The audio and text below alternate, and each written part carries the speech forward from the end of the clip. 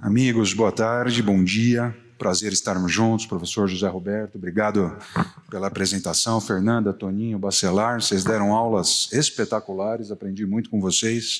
Um prazer estarmos juntos. Eu vou trazer para vocês alguns conceitos muito atuais que com certeza farão que vocês mudem a prática médica quando vocês encontrarem um paciente portador de insuficiência aórtica não reumática. Reumática é sempre um mundo à parte, com evidência científica particular, mas na IAO não reumática, essas múltiplas evidências vai fazer com que provavelmente a atualização da vindoura diretriz, provavelmente este ano que vem, contemple essas novidades. E eu tomei a liberdade, doutor José Roberto, de trocar a disfunção de VE grave por apenas disfunção de VE, que amplia o nosso espectro de pacientes e contempla um raciocínio um pouquinho mais minucioso frente à maioria dos nossos pacientes, né? Então, eu trago aqui para vocês um caso que vocês atenderam no consultório. Deixa eu ver se consigo passar o vídeo aqui. Opa, um delayzinho. Foi. É um senhor de 60 anos, sintomático, portador de uma propedêutica típica de insuficiência aórtica importante. Você solicita um eco. O Dr. José Roberto fez esse belíssimo eco na janela paraesternal eixo longo, onde a gente consegue ver um jato de insuficiência aórtica muito comprido. Do lado direito tem a cola, uma avaliação qualitativa, que confirma o diagnóstico de uma insuficiência aórtica importante. Mas se vocês olharem, o ventrículo já tem um certo grau de remodelamento excêntrico, não só visualmente, como nas medidas 67/48, no limite superior da hipertrofia concêntrica, né, e uma fração de ejeção de 58%. Uma insuficiência aórtica nitidamente importante, sintomática, indicação inequívoca de tratamento intervencionista cirúrgico. Então o paciente foi para a cirurgia. Eu consigo passar aqui. Pronto, o paciente foi para a cirurgia. Esse aqui é o eco intraoperatório, que confirma claramente o eco transesofágico aqui na via de saída, né? Deixa eu ver se consigo passar. Pronto. Na via de saída, um jato de insuficiência aórtica muito importante, o achado intraoperatório, e o achado pós-operatório. Aqui foi optado por um implante de uma prótese biológica, uma prótese normofuncionante. Agora, olhem para o ventrículo. Houve uma regressão de diâmetros, uma fração ali de 60, o ventrículo foi para 55/38, quer dizer, nós tínhamos uma insuficiência aórtica importante, um ventrículo discretamente dilatado, paciente sintomático, fez-se a intervenção, prótese normofuncionante, ele ficou bem, mas o ventrículo também teve um remodelamento, e nós sabemos disso pela fisiopatologia da IAO, que desloca a curva de pressão e volume para a direita, e existe um remodelamento adaptativo, quer dizer, um remodelamento saudável para contemplar a sobrecarga de volume, e se é feita uma intervenção no momento adequado, se você interrompe a história natural dessa doença no momento adequado, esse remodelamento ele reverte, ele não é patológico, né? Então não há fibrose, não há remodelamento patológico, e o indivíduo volta a ter uma sobrevida livre de eventos, enquanto não tiver a degeneração de prótese. É como se ele não tivesse o problema. É um lindo estudo dinamarquês que mostra essa sobrevida livre quando a cirurgia dá certo, né? Agora vamos ver esse segundo caso que vocês atenderam na mesma semana no consultório. Esse é um paciente completamente assintomático. Propedêutica típica de insuficiência aórtica importante. Faz o eco, aqui dá para ver um dado semi-quantitativo. Temos a cola à direita da vena contracta, né, confirmando uma insuficiência aórtica importante.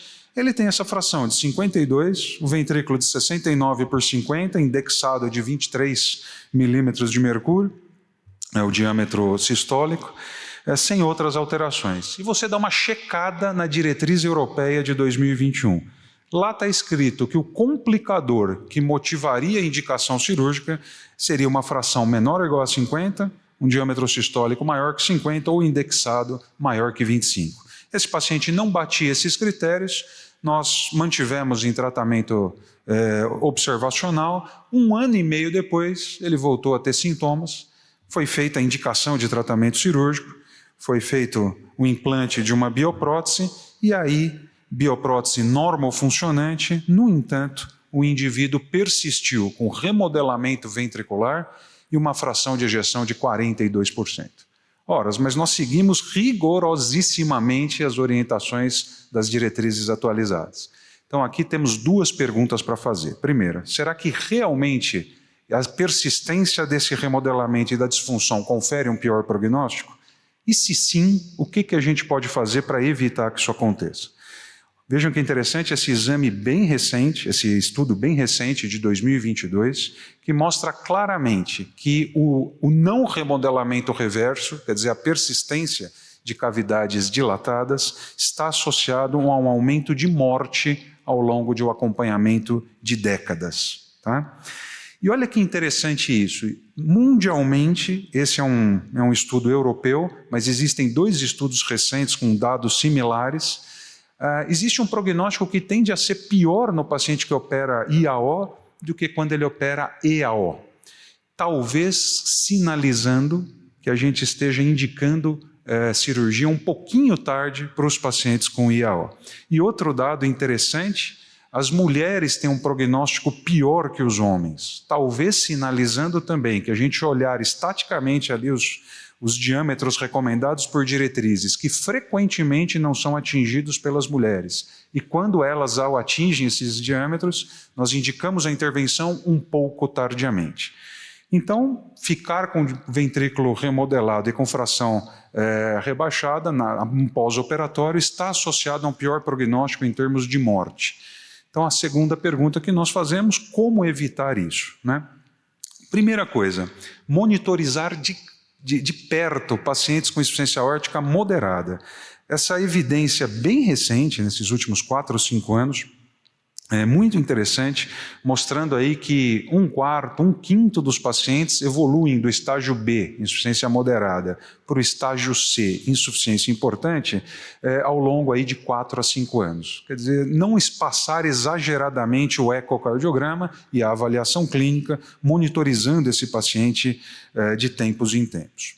Segundo, pedir para os colegas ecocardiografistas se esmiuçarem, se dedicarem bastante em analisar o máximo possível de informações que quantifiquem a insuficiência aórtica. Às vezes o diagnóstico é desafiador, é difícil, né?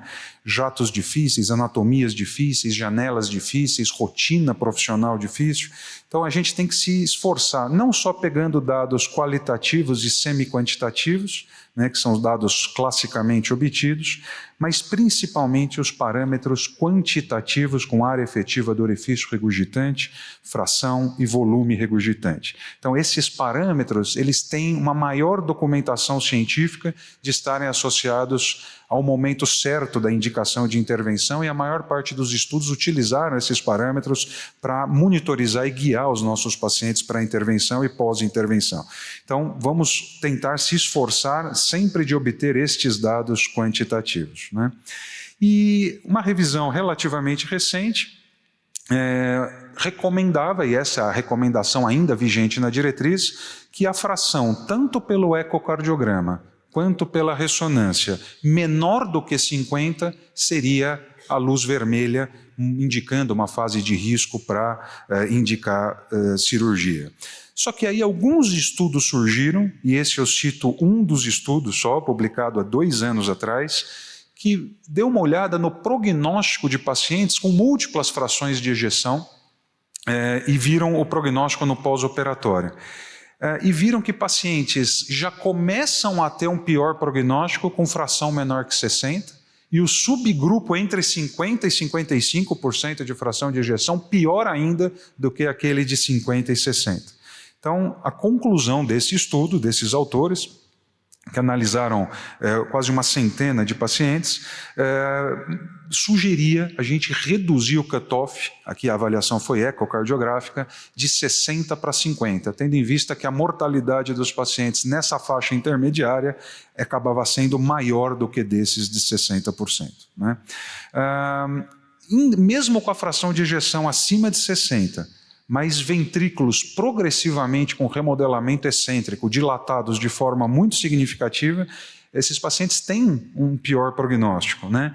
E alguns estudos, esse é apenas um deles, o Aviator, documentou que diâmetros acima de 50 não indexados e acima de 25 indexados têm um pior prognóstico. Então, esses são os critérios usados em diretrizes. E uma subanálise do Aviator mostrou que entre 20 e 25 indexado e valores de fração de ejeção entre 50 e 55 também mostravam um fator prognóstico um pouquinho pior.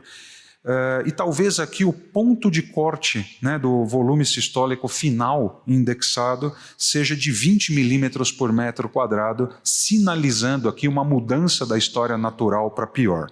Lembrando que a diretriz ainda contempla 25. Né? Então, esses estudos progressivamente vão mostrando um pior prognóstico. O estranho longitudinal no ecocardiograma também pode ser uma arma interessante, e essa variação principalmente ali beirando menos 18, né, já é um marcador de mau prognóstico. Então é algo também que possa ser levado em consideração. E 3 estudos interessantes mostraram aquilo que já era mostrado em outras valvopatias. Disfunção diastólica está associada a pior prognóstico em pacientes com insuficiência aórtica. Talvez a gente devesse monitorizar o paciente e também evitar que ele evoluísse com essa alteração.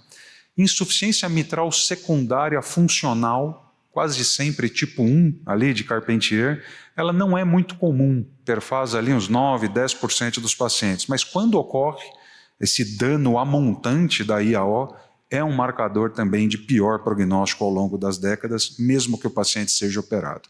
E hipertensão pulmonar, sabidamente, é um marcador de mau prognóstico nas outras valvopatias. Recentemente, apenas bem recentemente, teve uma evidência mais contundente de que ela também é um marcador de mau prognóstico na insuficiência aórtica. Né? E olha que interessante esse trabalho.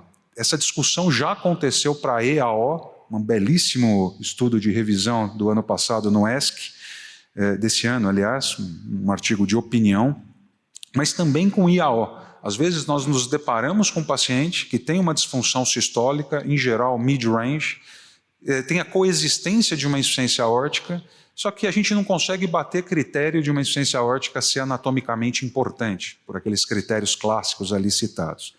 Na ausência de diagnósticos diferenciais plausíveis que justifiquem essa disfunção, esse estudo mostrou que esse paciente tem um mau prognóstico, muito pior do que aqueles que não têm a disfunção, e que o tratamento cirúrgico reduziu o prognóstico desses pacientes, melhorou o prognóstico.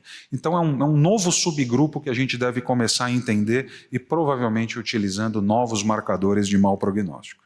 E aqui, a fibrose pelo volume extracelular também pode ser um marcador de mau prognóstico. Múltiplos estudos vêm sendo desenvolvidos na tentativa de identificar fatores na ressonância associados a mau prognóstico. Esse aqui é um dos estudos e talvez, né, um certo grau de fibrose presente configure um mau prognóstico.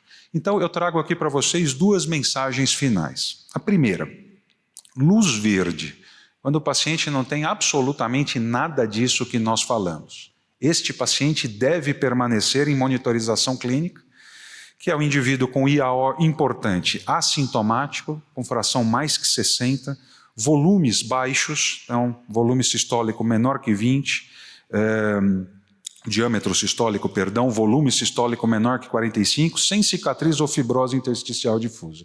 Esse paciente provavelmente é bastante seguro segui-lo até que ele apresente ou sintomas ou os complicadores que agora são novos complicadores. Luz vermelha, sintomático associado a IAO importante, fração de ejeção menor que 55 e os diâmetros maiores que 50 ou 25 indexado. Muito importante indexar em pacientes do sexo feminino que às vezes não atingem esses diâmetros. E agora temos esses novos complicadores oriundos dessas evidências bem recentes. Fração menor que 60, né, realmente deve configurar um mau prognóstico.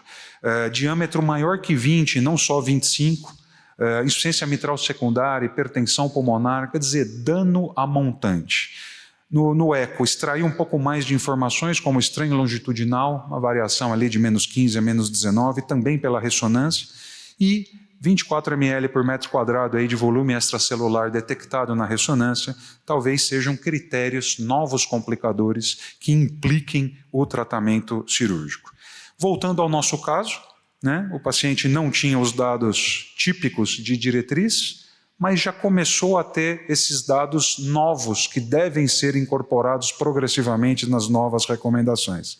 Ele já tinha um novo complicador, que é o diâmetro sistólico indexado maior que 20, não tinha uma fração menor que 50, mas já tinha uma menor que 55, né? Com os diâmetros mais que 50, 25, 65.